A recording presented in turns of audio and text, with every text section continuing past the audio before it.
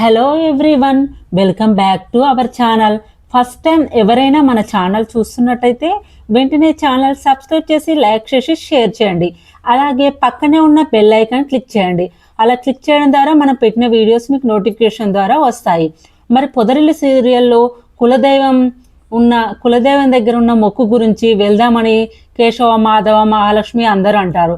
అలా వెళ్ళడం వద్దన్నా మరి నారాయణ మరి ఏం జరుగుతుందో సీరియల్లో తెలుసుకుందామా?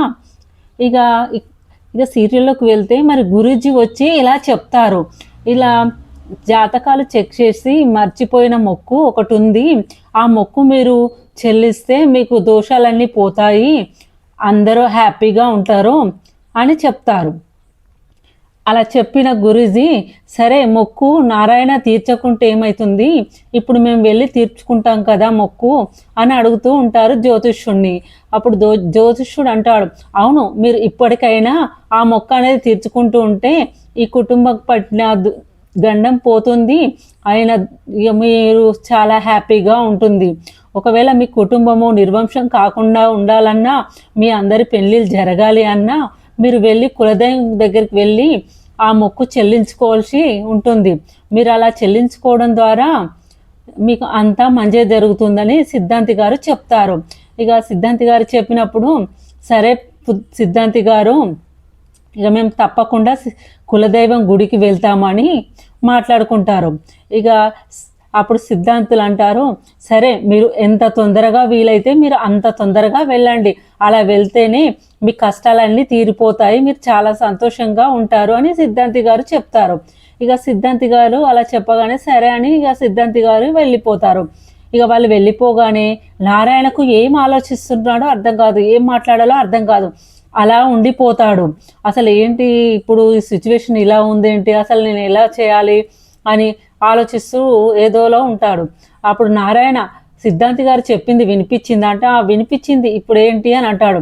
అసలు నువ్వు ఏం మొక్కున్నావు, ఏం మర్చిపోయావు, వెళ్దాం పదండి కులదైవం దగ్గరికి మొక్కు తీర్చుకొని వద్దామంటే ఎప్పుడంటే అప్పుడే వెళ్తారా ఏంటి కులదైవం దగ్గరికి అంటే, ఇక మనము 2 రోజుల్లో కులదైవాన్ని దర్శనం చేసుకుందాము, మొక్కు అనేది చెల్లించుకుందాము అంటే ఏంటి 2 రోజులు, ఇప్పుడేం అవసరం లేదులే తర్వాత చూసుకుందాం, ఇప్పుడు అవసరం లేదులే అంటే ఇక ఇలా అంట, ఏంటి నువ్వు మనిషివేనా, అసలు నీకు అర్థమవుతుందా, ఇందాక సిద్ధాంతులు వచ్చి చెప్పారు, చెప్పిందే మర్చిపోయావా అంటే ఏంది, ఇప్పుడు వాళ్ళు చెప్పినవన్నీ జరిగిపోతాయా, వాళ్ళు మొక్కు తీర్చుకున్నంత మాత్రాన కుటుంబానికి మంచి జరుగుతుందా ఏంటి అని అంటాడు. ఒక పక్క అసలు నిన్ను ఒక పక్క జాతకాల వల్ల అన్నయ్య ఇల్లు వదిలిపెట్టి వెళ్ళిపోయాడు, మన అదృష్టం బాగుండి మళ్ళీ తిరిగి వచ్చాడు, మళ్ళీ మన అదృష్టం బాగుండి సిద్ధాంతి గారి వల్ల ఒక పరిష్కారం అనేది చూపించారు, మళ్ళీ నువ్వు ఇలా మాట్లాడతావేంటి అంటే ఏం అవసరం లేదు, ఇప్పుడు మన దైవం గుడికి వెళ్ళే అవసరం లేదు, ఇప్పుడు ఏం వెళ్ళడం లేదు, అది మర్చిపోయి మీ పనులు మీరు చేసుకోండి, జాతకం అనేది ఎప్పుడో ఒకసారి మారి ఇంట్లో అందరం సంతోషంగా ఉంటాం అంటాడు.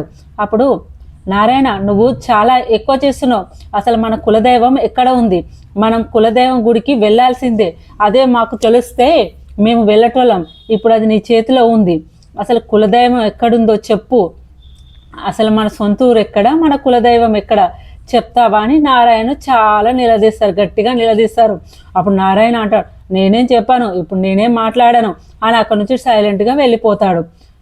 ఏంటని అసలు ఈ నారాయణ అసలు ఇంత పట్టింపు లేకుండా ఇలా చేస్తున్నాడేంటి, ఇలా మాట్లాడుతున్నాడేంటి, అసలు కులదైవం ఎక్కడుందో చెప్పాడు, అసలు ఎక్కడుందో చెప్పాడు, ఏ ఊరో చెప్పాడు, ఏదడిగినా నాకు తెలియదని నిర్లక్ష్యంగా సమాధానం చెప్తున్నాడేంటి అంటే, ఆయన అంతే కదరా, ఎప్పుడో తను మన కుటుంబం గురించి ఆలోచించాడు కనుక అలా మన కుటుంబం గురించి ఆలోచిస్తే మనము ఇంత బాధ పడేవాళ్ళం కాదు, ఇలా ఇబ్బంది పడేవాళ్ళం కాదు, ఆ మొక్క అనేది చెప్తే మనం ఎప్పుడో నెరవేర్చుకునే వాళ్ళం అని అంటాడు.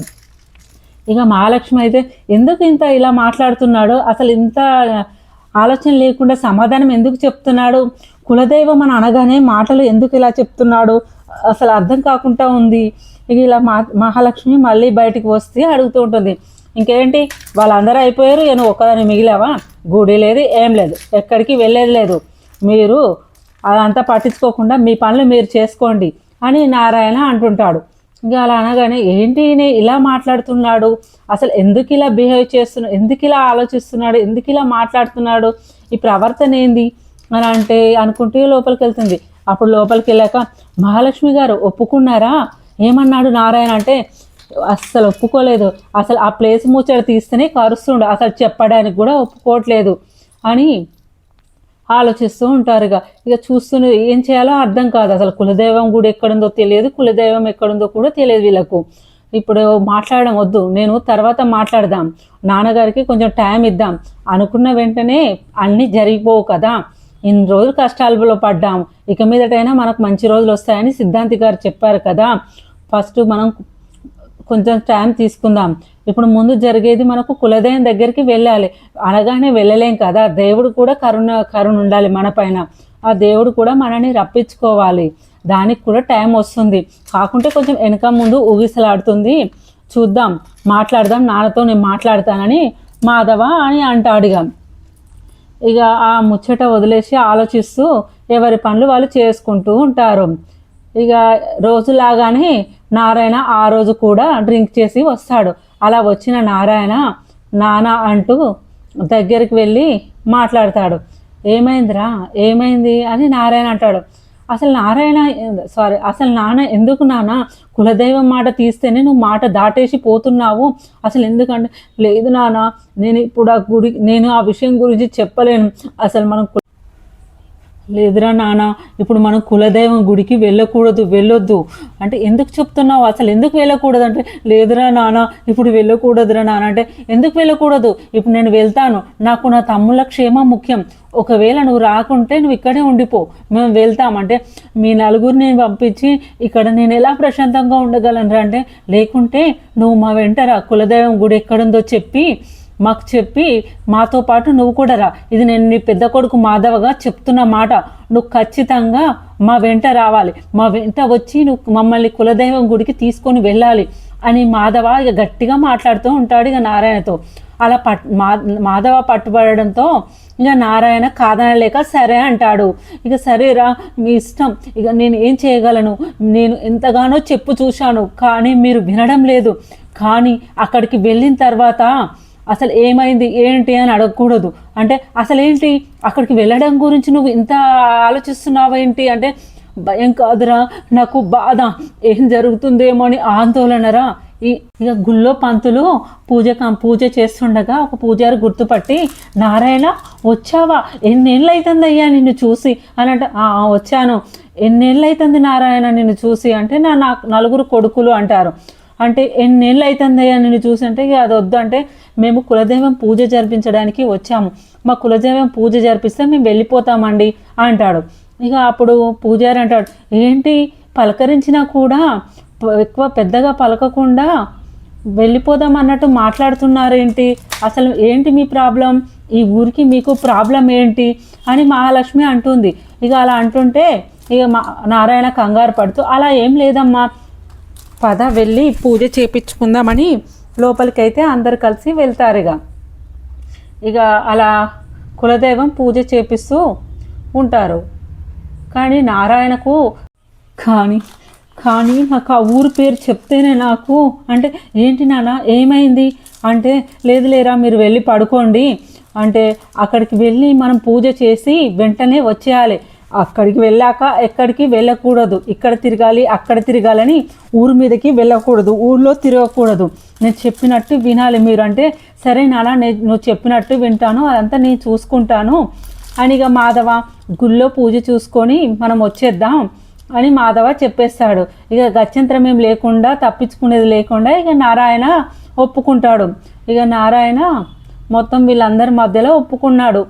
ఇక ఇప్పుడు అనుకుంటారు అయితే నారాయణ మొత్తం మీద ఒప్పుకున్నాడు అనమాట. ఈ నారాయణ ఎప్పుడు ఎలా ఉంటాడో ఎవ్వరికి కూడా తెలియదు, ఎలా ఆలోచిస్తాడో కూడా తెలియదు, మనసులో ఏముంటుందో ఏ అగ్నిగోళం మోస్తుండో ఎవ్వరికి తెలియదు, కనీసం ఎవ్వరికి కూడా ఏం చెప్పడు అని అంటూ ఉంటారు కొడుకులు. కానీ ఏదో నిజాన్ని నాన్న దాచిపెడుతూ ఉన్నారు, మనకు చెప్పడం లేదు, అసలు ఏదో ఒకటి ఉంది. అసలు కులదైవం పేరు చెప్పగానే వద్దని చాలా పట్టుబడి చాలా కోపంగా ఉంది. అసలు ఎందుకు వద్దన్నాడు, అసలు ఏంటి, అసలు ఏముంది అక్కడ, అసలు ఎందుకు బయట పెట్టడం లేదు అనిగా మాధవ అనుకుంటూ ఉంటాడు.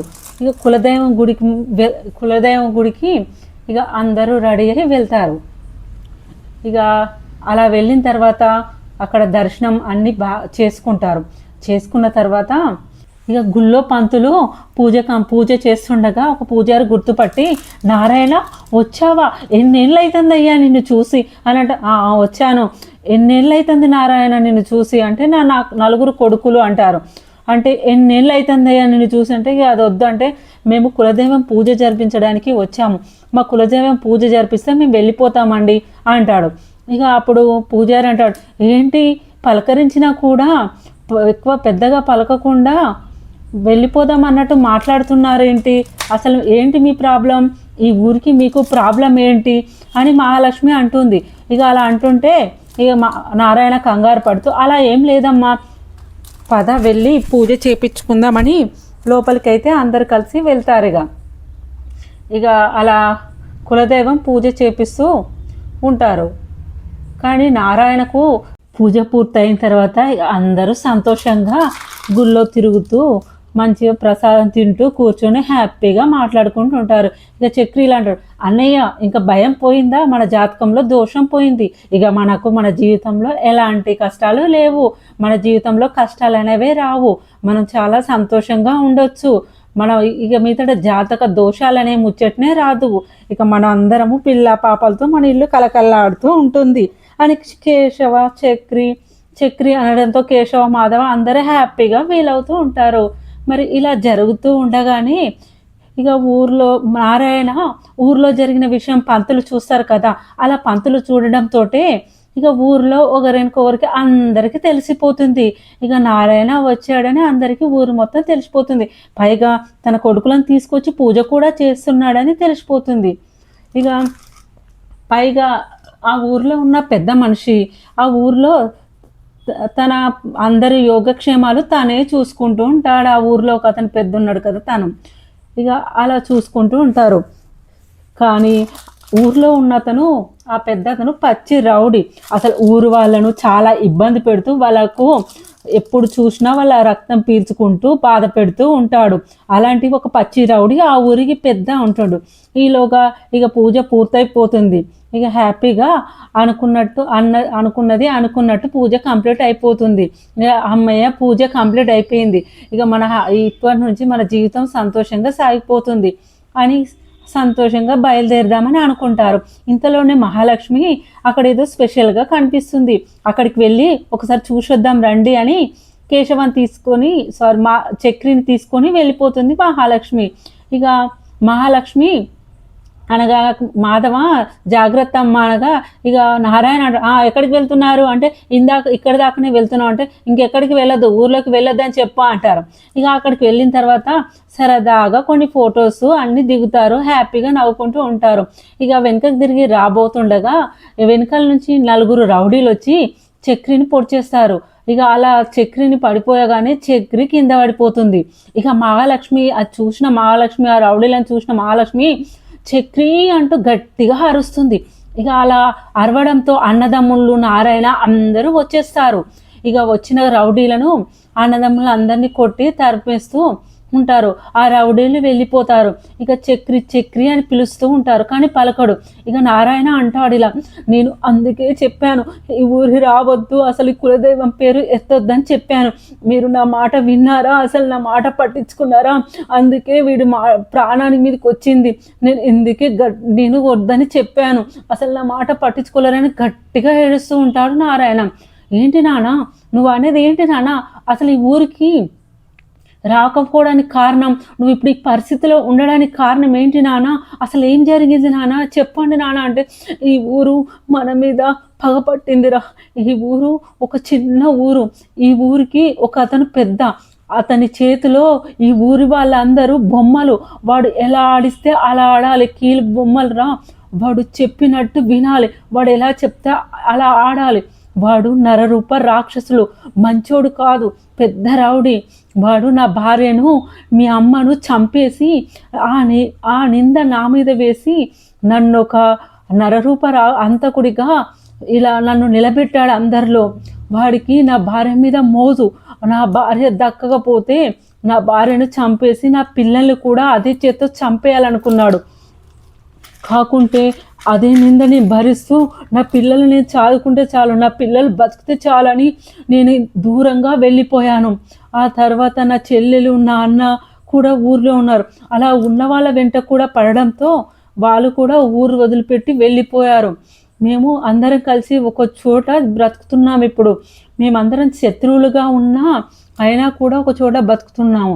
నా చెల్లెకు తెలిసిన నిజం ఒకటి, జరిగింది ఒకటి. నాకు తెలిసిన నిజం అదే. నా భార్యను చంపేసి ఆ నింద నా మీద వదిలేశారు. నా బిడ్డల ప్రాణాలు రక్షించుకోవడం కోసం నేను ఊరు వదిలి వచ్చాను. కానీ ఇప్పటికీ నారాయణ మీద వాడికి కోపం అనేది చల్లారలేదు. నేను వాడి తమ్ముడిని చంపేశాను అని నారాయణ ఇక కొడుకులకు చెప్తూ ఉంటే వాళ్ళు షాక్ అయి వింటూ ఉంటారు. ఇక అలానే వింటూ ఉంటారు. ఇక వాడి తమ్ముడిని చంపేశాను ఎందుకంటే నా మీద కసి కోపాన్ని పెంచుకొని నా భార్య జీవితం నాశనం చేయాలనుకొని నా భార్యని చంపేసి ఆ నిందను పైగా నా మీద వేసిన వాడిని ఎలా ప్రశాంతంగా బతకనించాలనుకున్నాను, ఎలా ప్రశాంతంగా అనుకొని నేను వాడి మీద కక్ష తీర్చుకున్నాను. అలా తీర్చుకున్న నాపై వాడు నా కుటుంబంపై కక్ష తీర్చుకోవాలనుకున్నాడు. అప్పటి నుంచి నేను ఇంటికి నా కొడుకులకి ఒక కాపలాదారుడిగా, సెక్యూరిటీగా నా కొడుకుల కోసం గమ్మం ముందు కూర్చొని ఉంటున్నాను. ఇక్కడున్న శత్రువు నా పిల్లలను కనుక్కొని అక్కడికి వచ్చి నా పిల్లల ప్రాణాలు ఎక్కడ తీస్తాడోనని నేను గుమ్మం ముంగట్నే ఒక వాచ్మెన్గా, ఒక సెక్యూరిటీగా, కాపలాదారుడిగా నేను అక్కడే ఉంటున్నాను. నేను ఒక బండరాయిలా కూర్చుంటున్నాను. నా భార్య అంటే నాకు చాలా ప్రాణం. చివరికి నా భార్యను నన్ను దూరం చేసి నన్నే అంతకుడిగా ముద్ర వేసి నన్ను ఈ ఊరికి దూరం చేసేది ఊరు. ఇక ఎప్పుడు నేను దొరుకుతానా, ఎప్పుడు వాడికి దొరుకుతానని ఎప్పటికప్పుడు వాడు నన్ను ఎదురు చూసేవాడు. కానీ ఎప్పటికీ కూడా వాని ముందుకు రాలేదు. నేను గతాన్ని కూడా నేను గుర్తుకు చేసుకోలేదు. ఈ మొక్కు మీరు చెల్లించిన మొక్కు నేను మొక్కున్న మొక్కే కాదు, మీ అమ్మ నా భార్య మొక్కిన కొక్కు. మన కులదైవానికి నా పిల్లలు బాగుండాలి, వీళ్ళు క్షేమంగా ఉండాలి, ఆరోగ్యంగా ఉండాలి, నా పిల్లలు మంచిగా ఉండాలని మీ అమ్మ నా భార్య కోరుకున్న మొక్కు. ఎప్పుడు చూసినా మీ గురించి మొక్కుతూ ముడుపులు కడుతూ ఎప్పుడు చూసినా మొక్కుతూనే పూజలు చేస్తూనే ఉండేది. అలా నా భార్య మొక్కు వదిలేసి మీ ప్రాణాలు కాపాడడం కోసం నేను ఇక్కడి నుంచి వెళ్ళిపోయాను. ఇక నారాయణ తనకు జరిగిన విషయాన్ని చెప్తాడు. ఇక ఇదంతా చక్రికి అలా గుండగాలు వచ్చి చేయడం పాత పగనే అని తెలుసుకొని ఇక నారాయణ చెప్తూ ఉంటే ఇది మీరు ముందే చెప్తూ ఉంటే బాగుండేది. గతం గురించి మీరు కనుక చెప్పుంటే నా కొడుకులు ఈ ఊరిని శ్మశానంగా చేసేది.